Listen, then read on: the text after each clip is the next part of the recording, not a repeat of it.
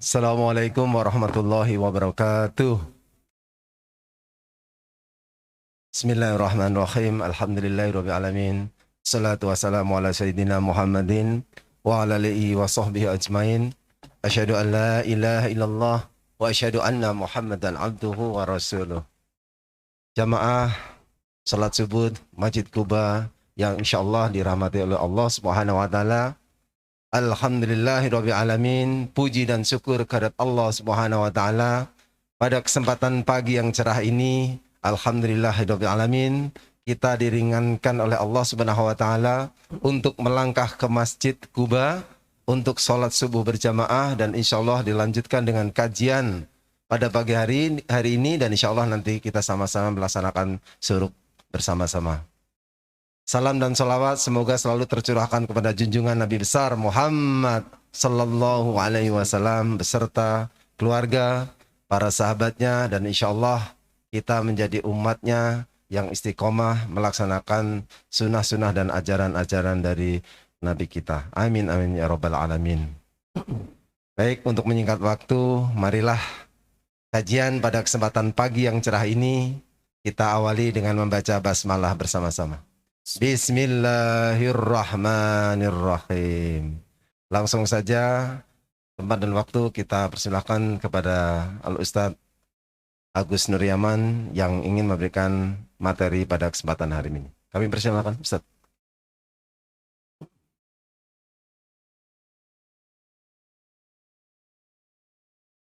Bismillah. Assalamualaikum warahmatullahi wabarakatuh.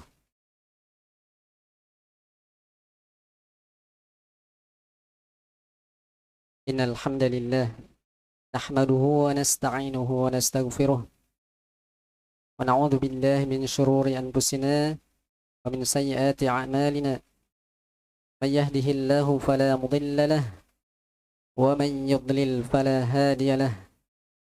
Wa asyhadu an la ilaha illallah wahdahu la syarika lahu wa asyhadu anna Muhammadan 'abduhu wa rasuluh sallallahu alaihi. Allahumma salli ala Muhammad wa ala ali Muhammad. Ya ayyuhalladzina amanu ittaqullaha haqqa tuqatih wa la tamutunna illa wa antum muslimun. Ya ayyuhan nasu ittaqu rabbakum alladzi khalaqakum min nafsin wahidah wa khalaqa minha zawjaha wa batha minhuma rijalan katsiran wa nisaa'a. واتقوا الله الذي تساءلون به والأرحام إن الله كان عليكم رقيبا. يا أيها الذين آمنوا اتقوا الله وقولوا قولا سديدا يصلح لكم أعمالكم ويغفر لكم ذنوبكم ومن يطع الله ورسوله فقد فاز فوزا عظيما. أما بعد. معاشر المسلمين hadirin jamaah salat subuh Masjid Quba yang semoga senantiasa dirahmati Allah Subhanahu wa ta'ala. Alhamdulillah, kita bersyukur kepada Allah atas ma'unah dan taufiknya kita bisa mengawali pagi kita ini dengan berbagai rangkaian ibadah dan ketaatan kepada Allah Subhanahu wa ta'ala, dengan salat sunnah fajar, salat subuh berjamaah, dan mungkin di antara kita ada yang mengawalinya dengan sholat tahajud, tilawah Al-Quran, atau santap sahur di puasa Syawal ini, yang semuanya itu mudah-mudahan menjadi pemberat timbangan amalan kebaikan kita di sisi Allah Subhanahu wa ta'ala. Dan kita memohon kepada Allah, mudah-mudahan insya Allah kita istiqomah dengan amalan rutin kita di bulan Ramadan kemarin. Dan kita berdoa pada Allah semoga Allah Ta'ala berkenan menerima semua amalan ibadah kita di Ramadan kemarin ataupun di bulan-bulan hari-hari yang lainnya. Kemudian salawat salam kita aturkan kepada panutan alam, penghulu alam Rasulullah sallallahu alaihi wasallam, Nabi Muhammad yang kita cintai, kepada keluarganya, para sahabatnya, dan segenap umatnya, dan mudah-mudahan kita semua termasuk di dalamnya. Amin ya rabbal alamin. Ma'asyiral muslimin rahimakumullah, tak lupa saya ucapkan taqabbalallahu minna wa minkum shalihal a'mal wa kullu amin wa antum bi khair. Insyaallah kita masih suasana lebaran ya. Atau mungkin masih merasakan suasana Ramadan. Ya, mudah-mudahan ya. Insyaallah taala kita semua merindukan dan berharap bisa bertemu dengan Ramadan berikutnya. Dan kita berdoa mudah-mudahan di Ramadan berikutnya amal ibadah kita semakin baik dari sebelumnya. Dan insya Allah kita tidak seperti sebagian orang yang begitu selesai Ramadan, selesai semuanya. Ibarat kata sekali merdeka, merdeka sekali. Ya. Nah ini kalau biasanya anak-anak kalau seperti ini. Liburan pesantren udah di rumah gak ngapa-ngapain. Al-Quran yang biasa dibaca udah jadi perhiasan di rak bukunya saja. Kadang murojaah hafalannya pun kurang diperhatikan. Nah, insya Allah Ta'ala sebagai orang yang beriman justru kita semakin berusaha untuk lebih baik dari sebelumnya.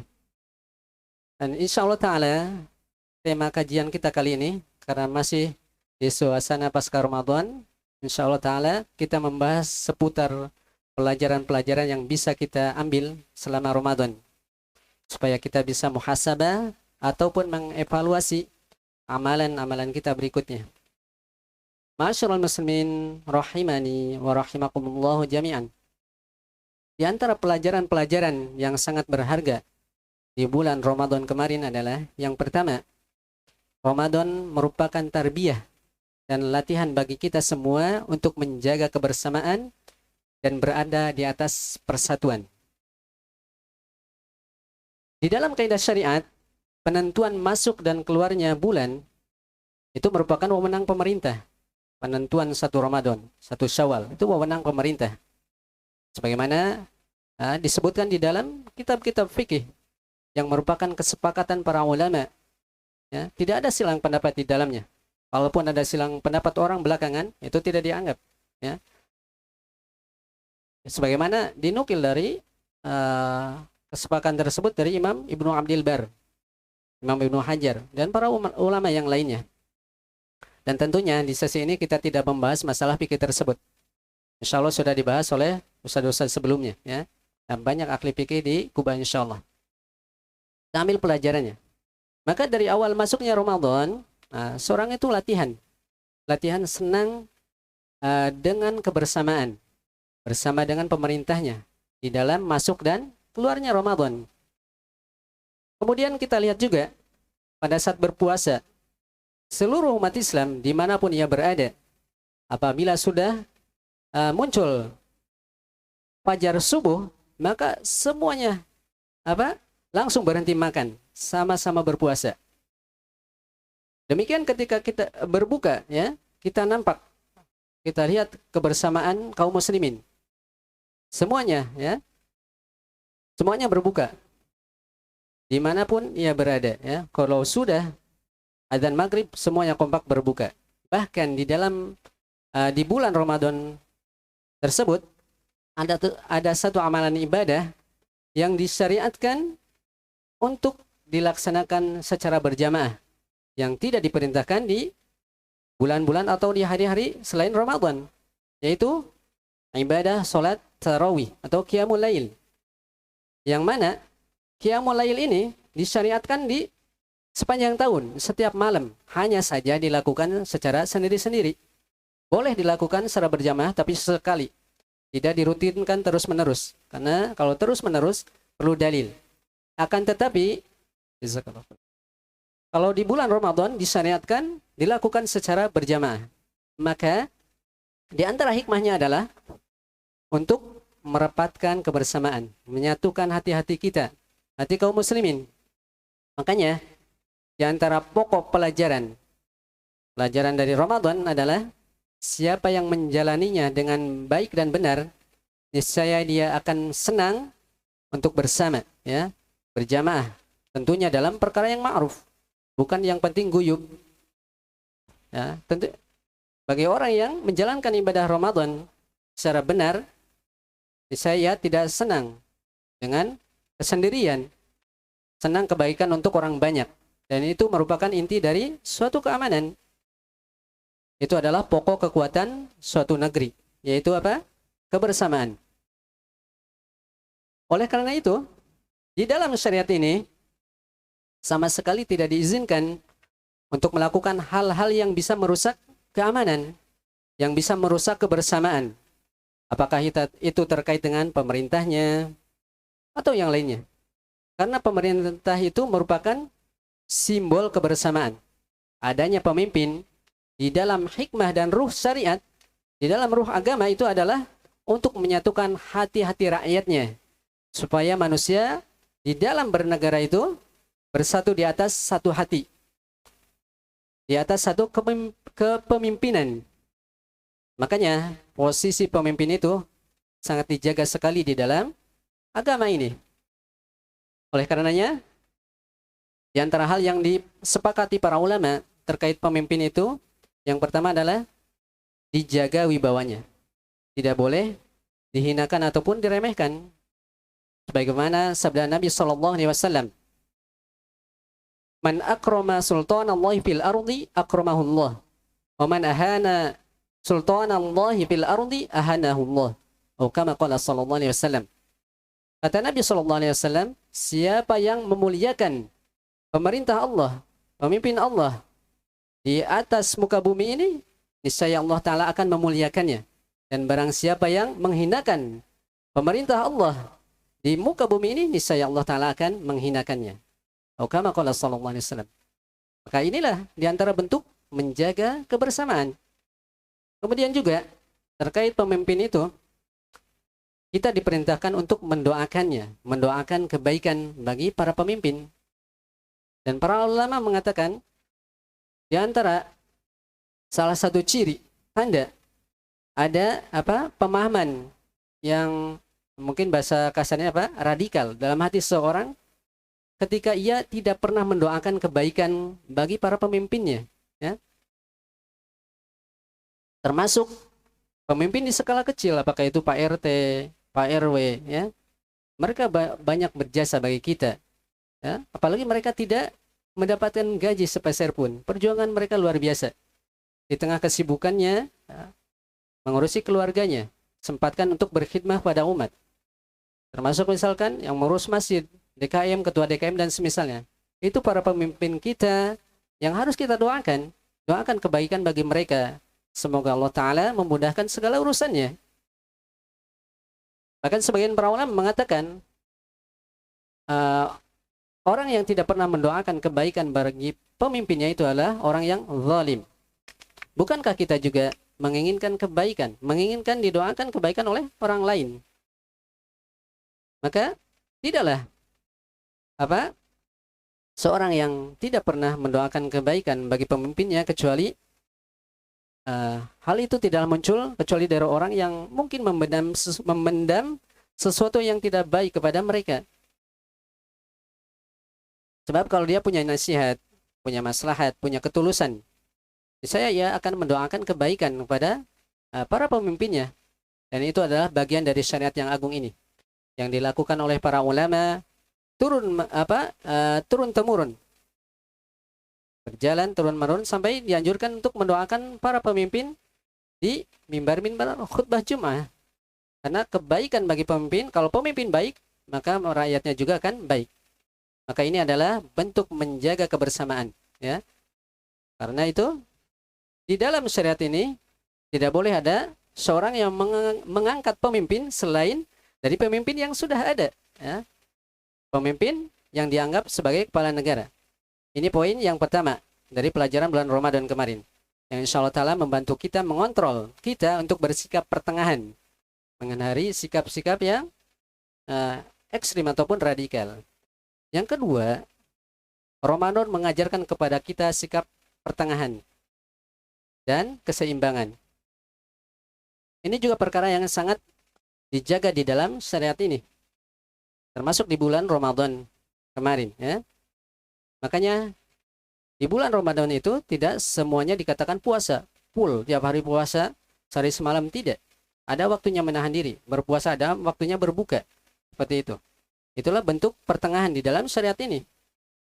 Nah, demikian Nabi Shallallahu Alaihi Wasallam juga mengajarkan kepada kita, memberikan tuntunan, ya, tuntunan di dalam berpuasa, ketika seorang beribadah, ketika seorang berdoa, atau hal-hal yang lainnya. Di dalamnya ada sifat keseimbangan. Tidak terlalu ekstrim, tidak pula terlalu menyepelekan di dalam hal ibadah. Tidak boleh terlalu takaluf, memberatkan diri. Karena dalam hadis,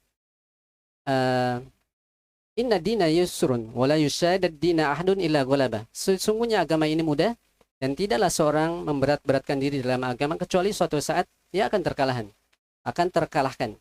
Demikian di dalam ayat, wa kadzalika ja'alnakum ummatan wasata. Ya, demikianlah kami jadikan kalian sebagai umat yang pertengahan. Itulah ciri umat Islam. Ya. Oleh karenanya, seorang itu kalau terikat dengan ibadah secara benar dan terbimbing dengan ilmu yang benar, maka akan kelihatan sikap pertengahan di dalam hidupnya. Dia senang dengan keseimbangan, tidak suka dengan sikap ekstrim atau berlebihan, tidak pula condong kepada hal yang menyepelekan, tapi ia berada di atas jalur pertengahan. Itu poin yang kedua. Yang ketiga, di antara hikmah Ramadan yang bisa kita ambil adalah bahwasanya Ramadan mentarbiah kita memahami makna jihad yang benar. Ya, ini bisa membekali kita untuk selalu seimbang dalam agama yang lurus, menghindari sikap radikal ataupun yang semisalnya. Dan ini penting untuk kita bahas. Sebab di antara orang-orang yang menyimpang masuk di jalur radikalisme, bahkan sampai pada perbuatan terorisme, nah, itu tidak lain disebabkan keliru di dalam memahami makna jihad. Karena itu di Ramadan ini seharusnya bisa memahamkan kepada kita tentang makna jihad secara sempurna. Contoh misalkan perkataan para ulama. Bagian mereka ada yang mengatakan di bulan Ramadan itu ada 2 jihad. Jihad di malam hari dan jihad di siang hari. Maksud jihad menurut mereka di sini bukanlah jihad dengan fisik, dengan peperangan. Tapi jihad di sini apa maksudnya? Jihad di sini adalah jihad dalam ibadah dan ketaatan. Ya. Makanya di dalam syariat ini, sebagaimana disebutkan oleh Imam Ibnul Qayyim rahimahullah ta'ala, jihad itu ada 13 tingkatan yang diglobalkan dalam 4 hal. Yang pertama, ada jihad di dalam membenahi diri. Ya. Benahi diri kita dulu. Ya. Sebelum membenahi orang lain, kita menuntut orang lain untuk baik. Kita nggak mau memperbaiki diri kita. Ya. Maka ini yang pertama, jihad di dalam membenahi diri sendiri. Bagaimana mendidik diri kita untuk belajar. Kemudian beramal dengan amalan yang sholih. Ini mengamalkan ilmu. Setelah berilmu, beramal. Kemudian berdakwah di jalan Allah. Setelah berilmu, beramal, kemudian mendakwahkan ilmu. Dan bagaimana dia bersabar di dalam hal tersebut. Ya, setelah berdakwah, bersabar di dalamnya. Itu juga dinamakan jihad. Ya, jihad terhadap diri sendiri. Sebagaimana sabda Nabi SAW, Al-mujahidu man jahada nafsahu. Oh, kama qala sallallahu alaihi wasallam. Al-mujahid. Ini orang yang berjihad itu adalah orang yang berjihad membenahi dirinya, melawan dirinya. Seperti itu. Yang kedua, jihad itu ada jihad melawan syaitan. Dan salah satu fungsi puasa itu adalah sebagai bentuk perlawanan terhadap syaitan. Karena di dalam hadis Nabi SAW bersabda, Inna syaitana yajri fi ibni Adam majrad dami. Sungguhnya syaitan itu berjalan, ya, mengalir, berjalan pada anak Adam di apa? Di perjalanan atau di aliran darahnya. Maka pada saat orang berpuasa, pembuluh-pembuluh darah itu menyempit, ya, dan itu akan mempersempit jalannya syaitan pada tubuh manusia.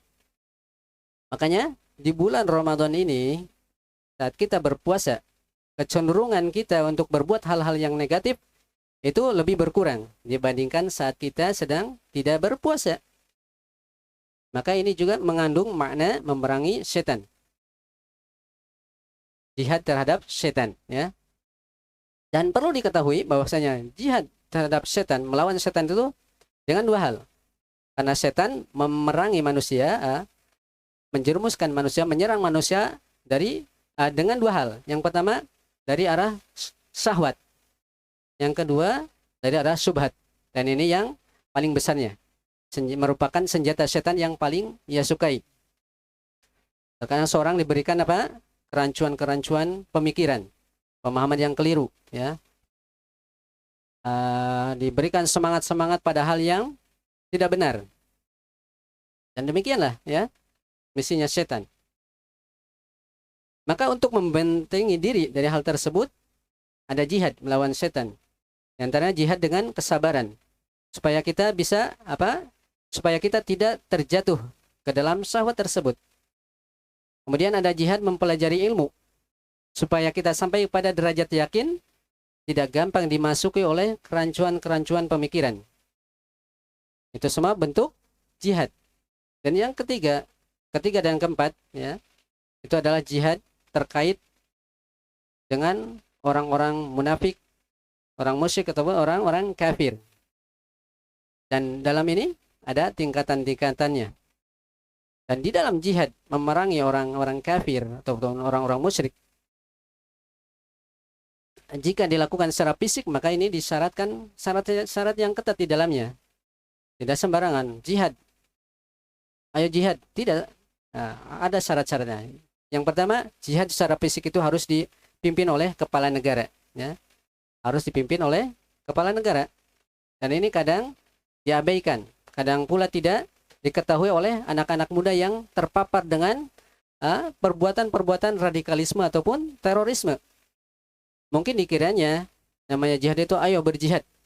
Kalau mati kita mati syahid, langsung dijemput oleh para bidadari. Ya. Benar demikian? Ya, belum tentu juga. Bisa jadi perbuatannya yang dilakukan itu justru perbuatan jahat. Sehingga kalau ia mati bukan mati syahid, malah mati apa? Mati sangit, ya, seperti itu. Karena jihad itu harus dipimpin oleh kepala negara. Karena di dalam hadis Nabi SAW sangat tegas. Diriwayatkan oleh Imam Bukhari dan Muslim dari Abu Hurairah radhiyallahu taala anhu. Nabi SAW bersabda, "Innamal imamu junnatun yuqatalu min waraihi." Atau kama qala sallallahu alaihi wasallam. Kepala negara itu, pemimpin itu adalah junnah, perisai, tameng. Peperangan harus dilakukan di belakangnya, ya. Seperti itu. Kemudian juga kalau jihad secara fisik itu harus dilakukan atau harus di bawah bendera negara. Di bawah bendera negara. Tidak setiap kelompok berjalan sendiri-sendiri. Tidak. Lihat Nabi SAW di fase Mekah, ya.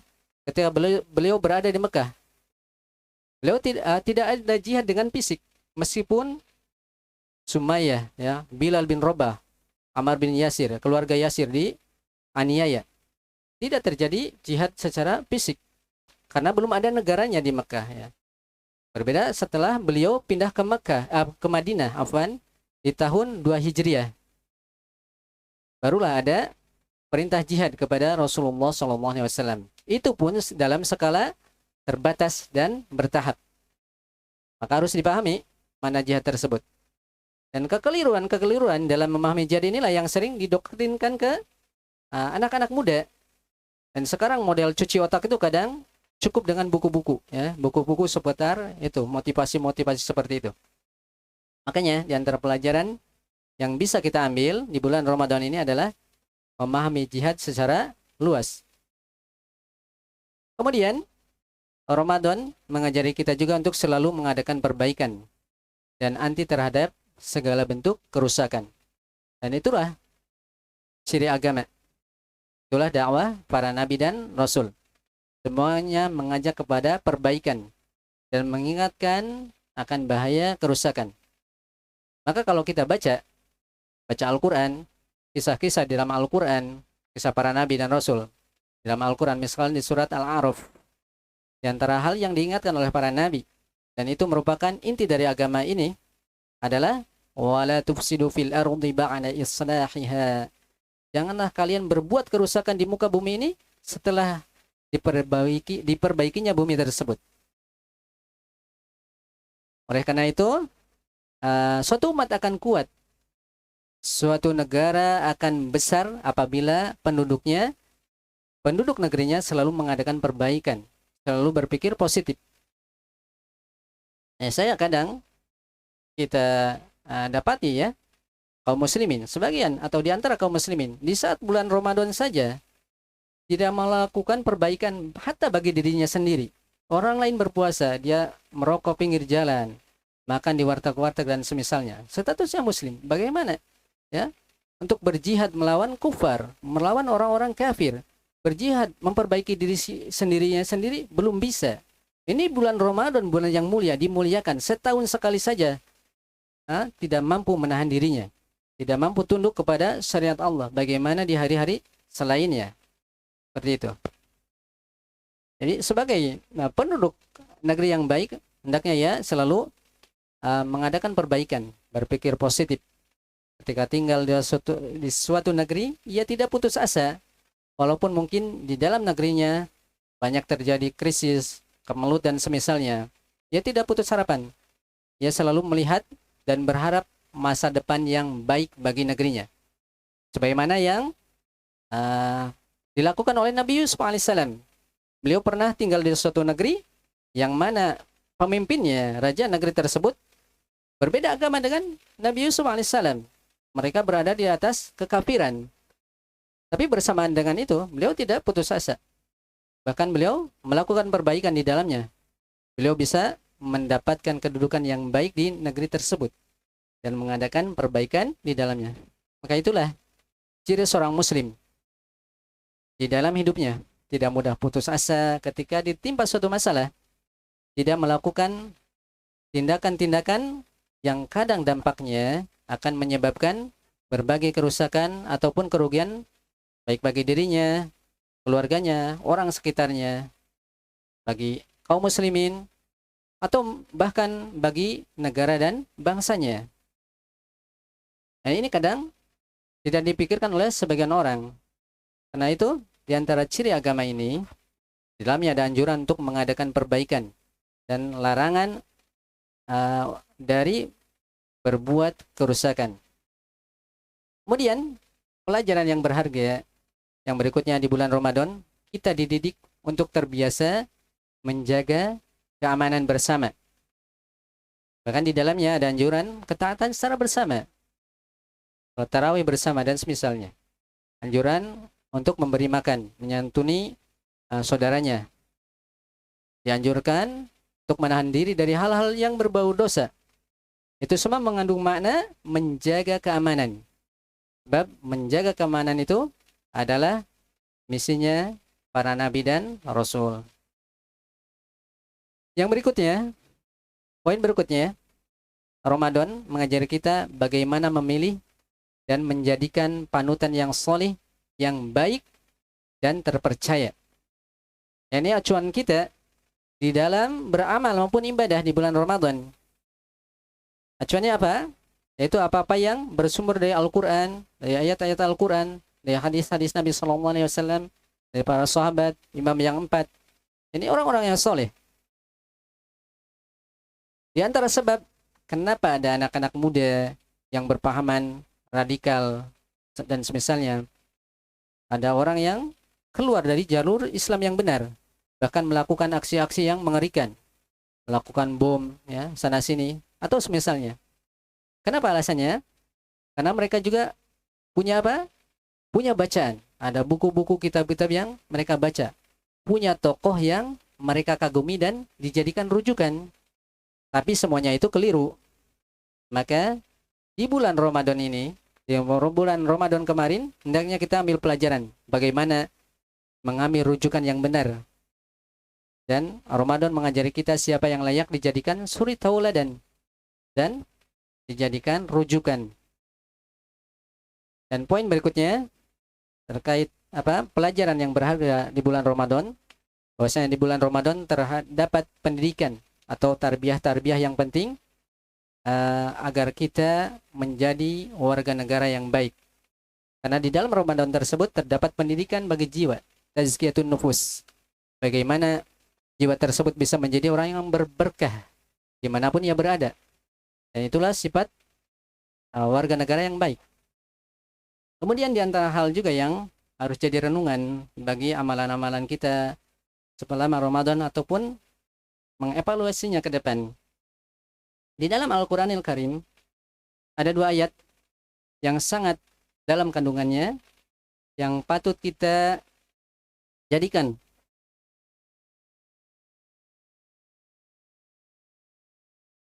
sebagai salah satu barometer kehidupan untuk mengukur amalan-amalan kita.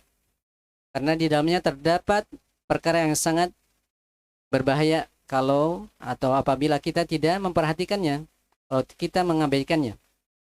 Ayat tersebut, ini surat Hud, ayat 15 dan 16. Di mana Allah Ta'ala berfirman, "Man kana yuridul hayata dunya wa zinataha, nuwaffi ilaihim a'malahum fiha, wa hum fiha la yubkhasun.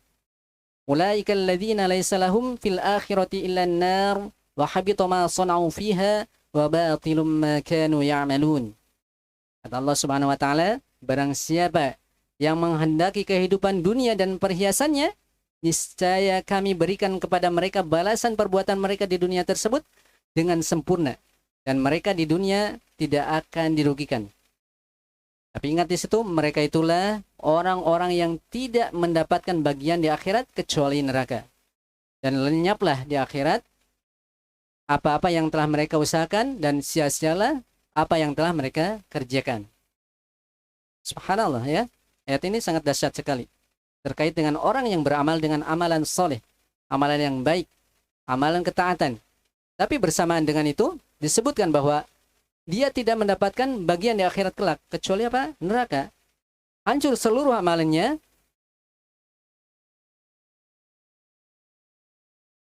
Batil apa yang mereka lakukan. Masalahnya kenapa? Masalahnya di mana?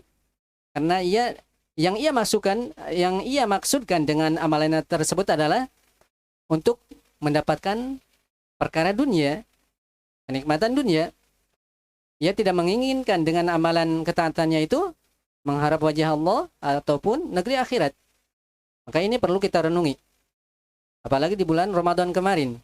Salah satu hikmah terbesar di dalamnya adalah seorang itu menjaga keikhlasannya, menjaga ketulusannya. Karena pahala puasa, sholat malam, menghidupkan Lailatul Qadar, semuanya itu dijamin oleh Allah sebagai bentuk apa? Pengampunan dosa. Tapi ada syaratnya. Syarat dan ketentuan berlaku. Syaratnya apa? Kata Nabi SAW, imanan wahtisaban. Imanan dilakukan dengan apa? Karena keimanan dan semata-mata mengharap wajah Allah Subhanahu wa taala, mengharap pahala di sisi Allah Subhanahu wa taala. Oleh karenanya, puasa itu dikatakan sebagai rahasia antara hamba dengan Rabb-nya, seorang hamba dengan Allah. Karena puasa itu lebih mengarah kepada keikhlasan. Gak ada yang tahu kalau seorang sedang puasa. Kalau ia sedang puasa, mungkin zahirnya dia gak makan, gak minum. Tapi hal-hal yang tersembunyi cuma antara dia dengan Allah yang tahu. Ya, seperti itu. Maka pelajarannya adalah keikhlasan di dalam puasa tersebut. Maka puasa ini ya, mengajari kita untuk ikhlas. Dan di antara pelajaran ikhlas, fikih yang harus dipahami secara mendalam adalah dua ayat yang tadi kita bacakan. Surat Hud ayat 15 dan 16. Yang sangat dalam kandungannya, sangat dahsyat di dalam maknanya. Dan harusnya membuat kita berhati-hati. Jangan sampai kita beramal dengan amalan akhirat, tapi menghendaki dunia. Bukan menghendaki Allah Subhanahu wa ta'ala. Walaupun amalannya amalan soleh, amalan ketaatan, puasa, sedekah. Tapi kalau yang diinginkan dengannya itu bukan pahala di sisi Allah Subhanahu wa taala, yang diharapkan dengannya hanyalah dunia semata dan gemerlapnya, maka sebagaimana yang disebutkan ayat tadi, ia tidak memiliki bagian di akhirat kelak kecuali neraka. Nasallallahu lanal afiyah. Masyaallah muslimin rahimakumullah. Ayat ini surat Hud ayat 15 dan 16 ini menurut para ulama mencakup 4 golongan. Ini orang yang beramal dengan amalan akhirat guna meraih dunia. Di dalam ayat tersebut mencakup 4 golongan. Yang pertama, orang yang beramal dengan amalan soleh sesuai dengan tuntunan Rasulullah SAW, tetapi ia mengharapkan dengannya itu apa? Dunia. Yang ia harapkan dengannya adalah dunia. Contoh misalkan seorang berpuasa, yang melakukannya sesuai dengan tuntunan Rasulullah SAW. Tapi dengan puasanya tersebut ia berniat supaya badannya sehat. Ya. Ini badan sehat ini merupakan apa? Bagian dari keinginan duniawi. Maka ini masuk dalam cakupan ayat tersebut. Hanya saja mungkin di sini perlu diperinci ya. Perlu diperinci. Yang pertama, ketika seorang melakukan ibadah yang ikhlas di dalamnya, yang hancur amalannya itu adalah orang yang hanya mencari dunia saja. Dan memang itu maksudnya, ya, maka ini jelas. Yang kedua, ada orang yang beramal dengan amal soleh, ya ikhlas, tapi ia juga menghendaki dunia. Karena memang di dalam hadis tersebut, di dalam sebuah hadis disebutkan terkait pahala dari sisi dunianya. Contoh misalkan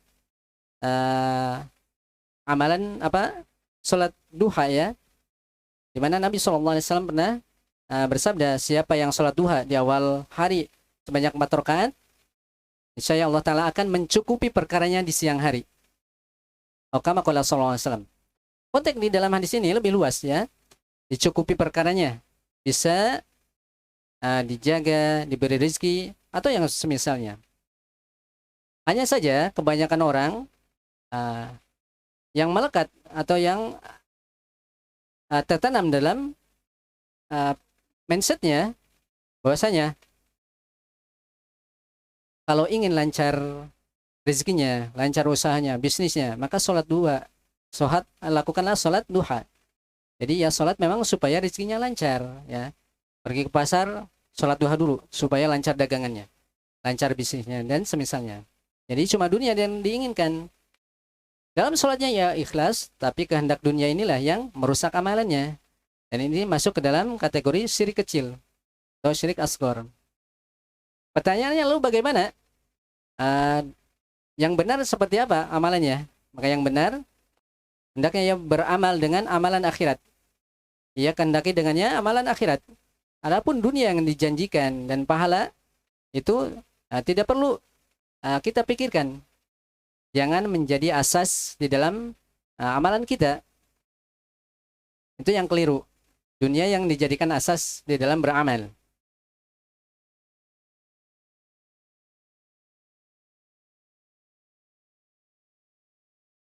Ya, contohnya tadi ya sholat duha untuk dapat rezeki.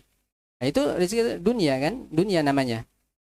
Tapi kalau ya sholat duha ikhlas karena Allah, karena itu dianjurkan oleh Nabi SAW, banyak sekali kebaikan di dalamnya, maka mengingat kebaikannya, keutamannya, nggak ada masalah. Sepanjang dasarnya itu adalah ikhlas karena Allah Subhanahu Wa Taala.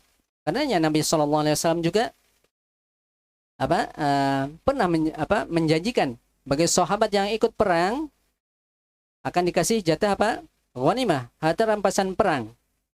Itu kan duniawi. Jadi sepanjang asalnya itu ikhlas, maka tidak masalah dengan apa-apa yang dijanjikan dari sudut duniawi. Dan itu memang bagian dari rahmat dan kebaikan Allah Subhanahu Wa Taala. Tapi yang jadi masalah, jangan jadikan dunia sebagai landasan kita bertolak dan berpijak di dalam beribadah. Ini yang jadi masalah. Kalau orang yang kadang ya kita dapati ya, yang kurang paham kurang memahami fikihnya, kadang mengajari orang bersedekah misalkan dengan 1 mobil supaya dapat 700 mobil. Nah, di akhirat kelak. Maka memang ada hadisnya, ada seorang sahabat yang menginfakkan seekor unta kepada Nabi SAW. Lalu kata Nabi SAW, engkau akan dapat 700 unta di akhirat kelak.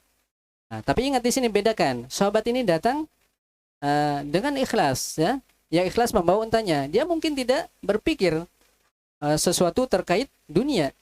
Sedangkan yang tadi kita sebutkan, ya, ia berimpak agar mendapatkan 700 mobil misalkan. Nah, itu yang keliru, ya. Karena itu merupakan urusan dunia. Jangan sampai seorang meniatkannya pada asas amalnya. Tapi hendaknya ia niatkan karena Allah, ikhlas karena Allah, melakukan amalan-amalan karena Allah. Setelah itu nggak usah dipikirkan. Karena dunia itu insya Allah akan datang di belakangnya. Apa-apa yang Allah Ta'ala dan Rasulnya janjikan, pasti terjadi.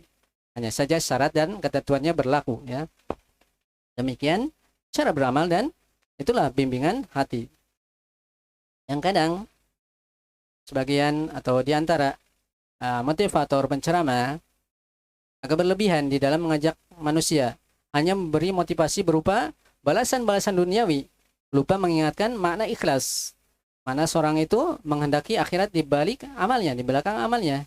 Bukan hanya iming-iming dunianya saja. Maka itu hal yang kurang tepat. Nabi SAW dan para sahabatnya tidak pernah memberikan makna tersebut di dalam beramal. Walaupun Nabi SAW memberikan janji di dalam banyak hadis terkait perkara dunia, maka itu sudah dimaklumi dari wajangan-wajangan beliau bahwa itu bukan terkait dengan amalannya. Nah, ini golongan yang pertama, ya, di dalam yang termasuk yang terkandung di dalam ayat tadi. Yang kedua, ada orang yang beramal soleh yang ia inginkan dengannya itu adalah harta. Nah, ini jelas, ya. Ini lebih jelas lagi. Misalkan ia belajar ilmu syar'i, sekolah tujuannya apa? Supaya ia mendapatkan pekerjaan, supaya dapat penghasilan. Nah, ini namanya kan tidak ikhlas. Tidak ikhlas dalam belajar. Orang itu kalau belajar, apalagi belajar ilmu syar'i, yang pertama yang harus ia niatkan adalah menghilangkan kebodohan dari dirinya, ya. Hilangkan kebodohan dari dirinya dan dari orang lain. Ketika ia bisa hilang kebodohan pada dirinya.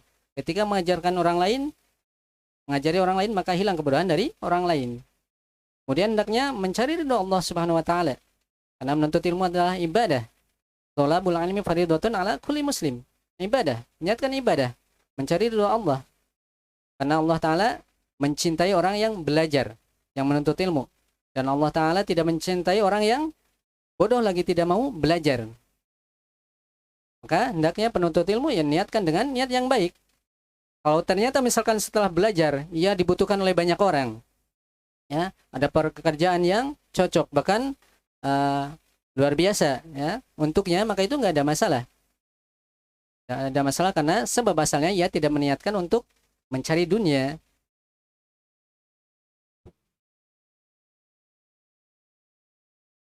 Kemudian yang ketiga, ya, orang yang beramal amalannya soleh tapi ya riya di dalamnya, ingin dipuji manusia. Maka di dalam ayat ini juga ada peringatan akan bahaya riya. Yang keempat, ini yang masuk di dalam ayat ini, orang yang beramal dengan amalan soleh tapi menyandang pembatal-pembatal di antara pembatal keislaman. Seperti misalkan ya musyrik, kafir, tapi amalannya baik, amalannya soleh misalkan. Dan memang kadang ada orang-orang kafir yang gemar bersedekah, ya, banyak berbuat baik, memberi santunan, memberi misalkan apa, pengobatan gratis, memberi bimbingan gratis, memberikan santunan pada orang-orang miskin, orang yang kena musibah misalkan, dan semisalnya. Itu banyak terjadi. Tapi kekafirannya dan kesyirikan mereka menghalangi seluruh kebaikan mereka untuk sampai kepada mereka, untuk diterima oleh Allah Subhanahu wa taala. Maka ayat ini luar biasa, ya. Man kana yuridul hayatad dunya wa zinataha nuwaffi ilaihim a'malahum fiha wa hum fiha la yubkhasun. Ulaikal ladzina laisa lahum fil akhirati illa an-nar wa habita ma sana'u fiha wa batilum ma kanu ya'malun. Barang siapa yang menghendaki kehidupan dunia dan perhiasannya, niscaya kami berikan, ya. Pasti Allah Ta'ala berikan pada mereka balasan perbuatannya tersebut dengan sempurna. Dan mereka sama sekali tidak akan dirugikan di dunia ini, ya. Hanya saja mereka tidak akan mendapatkan bagian kebaikan mereka di akhirat kelak kecuali neraka. Nauzubillahi min dzalik. Maka ayat ini juga menjelaskan bahwasanya seseorang itu kadang terfitnah. Seorang itu kadang terfitnah. Dan fitnahnya itu kadang seorang beramal soleh dan Allah Ta'ala beri betul, ya, dunianya, beri betul rezekinya. Tapi di akhirat ia tidak mendapatkan bagian untuknya, ya. Maka di ayat lain Allah Ta'ala berfirman, "Man kana yuridul ajilata ajjalna lahu fiha ma nasha'u liman nurid, thumma ja'alna lahu jahannam yaslaha madhmuman madhura." Kata Allah Subhanahu wa taala di surat Al-Isra ayat 18, barang siapa yang menghendaki kehidupan dunia, maka kami akan segerakan baginya di dunia itu apa yang kami kehendaki bagi orang yang kami kehendaki, dan kami tentukan baginya neraka jahanam yang akan memasukinya dalam keadaan tercela lagi terusir. Nauzubillahi min dzalik. Maka ini juga salah satu yang patut kita renungi, patut kita cermati. Karena ayat ini juga mengandung pelajaran jangan tertipu dengan dunia yang kita dapatkan. Karena kalau kita mendapatkan dunia, itu belum tentu sebagai bukti bahwa Allah Ta'ala ridho kepada kita. Belum tentu Allah sebagai bukti Allah Ta'ala ridho kepada kita. Dan dunia ini diberikan bukan cuma kepada orang-orang beriman, bukan cuma kepada orang-orang mukmin. Orang kafir pun mendapatkan dunia. Bahkan terkadang orang-orang kafir lebih banyak mendapatkan bagian dunia daripada kaum mukminin. Namun bukan berarti orang-orang kafir ketika mereka mendapatkan dunia, mendapatkan harta yang banyak, belum tentu atau bukan bukti bahwasanya Allah Ta'ala cinta kepada mereka, bukan bukti bahwasanya Allah Ta'ala ridho kepada mereka. Yang menunjukkan ridho Allah kepada seorang hamba adalah keikhlasannya, ya, keimanannya, dan amal solehnya yang ia lakukan karena Allah Ta'ala semata.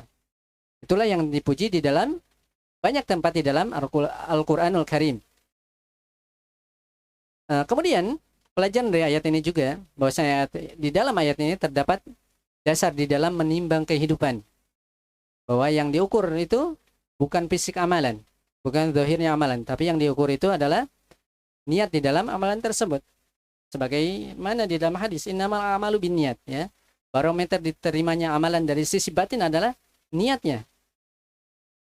Oleh karenanya hendaknya diperhatikan terkait niat tersebut, ya. Tidak perlu memperhatikan ucapan manusia, ya. Kadang ada orang yang beramal mengikuti komentar manusia, ya. Terlalu banyak memikirkan apa yang dikatakan manusia, ya, karena kadang terlalu banyak main di medsos dan semisalnya, melihat komentar, memikirkan apa yang dikatakan manusia. Ini sejatinya hal-hal yang bisa merusak amalannya. Fisik amalan itu kadang nggak diperlukan, tapi yang diperlukan itu adalah apa? Niat. Niat orang yang beramal. Sepanjang fisik amalannya, zahir amalannya itu sudah sesuai dengan tuntunan Rasulullah SAW dan niatnya sudah lurus, niscaya amalannya tersebut sah dan diterima oleh Allah Subhanahu wa Ta'ala. Kemudian juga dari ayat ini, surat Hud ayat 15 dan 16, di dalamnya terdapat pelajaran bahwa kita harus pandai membedakan antara sesuatu yang dilakukan dengan niat mengharap wajah Allah dengan sesuatu yang dilakukan dengan niat menghendaki dunia. Karena itu Nabi SAW pernah memberi contoh seorang hamba yang ikhlas. Ada orang yang berangkat berjihad ke medan perang, niatnya ikhlas, niatnya agar li'i'la'i kalimatillah, supaya kalimat Allah tegak, yang paling tinggi. Gak ada masalah ia ditempatkan di depan pasukan, di tengah, di belakang, atau mungkin tidak diikutkan di dalam berperang, cuma sekedar merawat orang yang korban perang, memberi minum dan semisalnya, maka tidak masalah ia ditempatkan dimanapun, ya. Maka itu nggak masalah, sama niatnya, sama pahalanya sempurna, ya. Kembali pada niatnya, kembali kepada keikhlasannya, dan itulah yang dijaga di dalam syariat kita ini. Kemudian di dalam ayat ini secara umum memberikan pelajaran kepada kita pembahasan fikih yang terkait dengan pembatal-pembatal amalan, penghancur-penghancur amalan. Ada hal-hal yang bisa menghancurkan amalan kita. Seorang kadang beramal dengan amalan yang besar, amalan yang agung, bersusah payah di dalamnya, tapi subhanallah ia tidak mendapatkan apa-apa karena ia melakukan hal yang bisa menghancurkan pahalanya. Apakah itu berupa kesyirikan, riya, sum'ah, seperti yang disebutkan dalam ayat ini. Ada kemungkinan ada syirik kecil di dalamnya, atau mungkin syirik besar, terkandung pada kondisi dan keadaan pada 4 golongan yang tadi kita sebutkan. Demikian juga ya, kalau orang sudah beramal, memberi manusia, kemudian mengungkit, nah ini juga termasuk hal yang bisa menghancurkan amalannya. Makanya hendaknya kita menjaga kualitas dari amalan kita. Jangan sampai kita menyesal di akhirat nanti. Datang menghadap Allah sebagai orang yang bangkrut. Nauzubillah min dzalik. Allah Ta'ala berfirman di dalam surat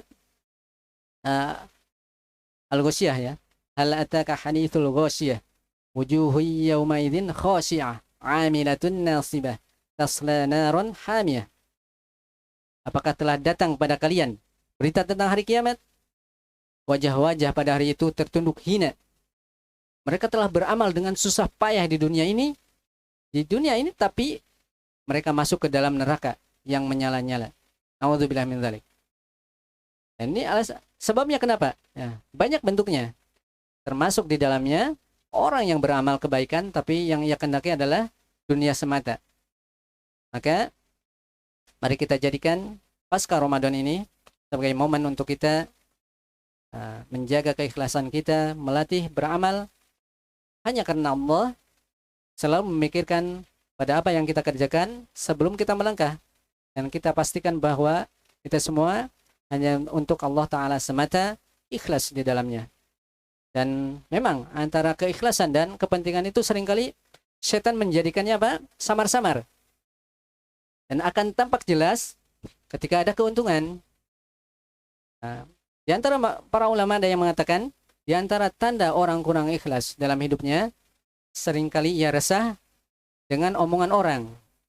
Bahkan acap kali omongan orang menjadi dasar pertimbangannya di dalam berbuat kebaikan. Semoga kita semua semangat terus untuk memperbaiki diri kita, dan semoga Allah Ta'ala menjadikan kita semua termasuk orang-orang yang ikhlas di dalam beramal maupun beribadah kepadanya. Semoga Allah Ta'ala memberikan taufik kepada semuanya. Wallahu a'lam bishawab.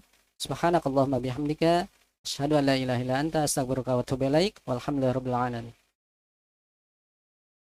Alhamdulillah, demikian tadi kita sudah sama-sama simak, kita dengarkan materi kajian yang disampaikan oleh Ustadz Agus Nur Yaman. Sebelum kita tutup, barangkali ada yang ingin bertanya? Cukup? Baik, Alhamdulillah, karena sudah cukup dan waktu suruh sudah masuk, marilah kita tutup kajian pada kesempatan pagi hari ini dengan membaca hamdalah bersama-sama. Alhamdulillahirabbil alamin. Dan saya akhiri, assalamualaikum warahmatullahi wabarakatuh.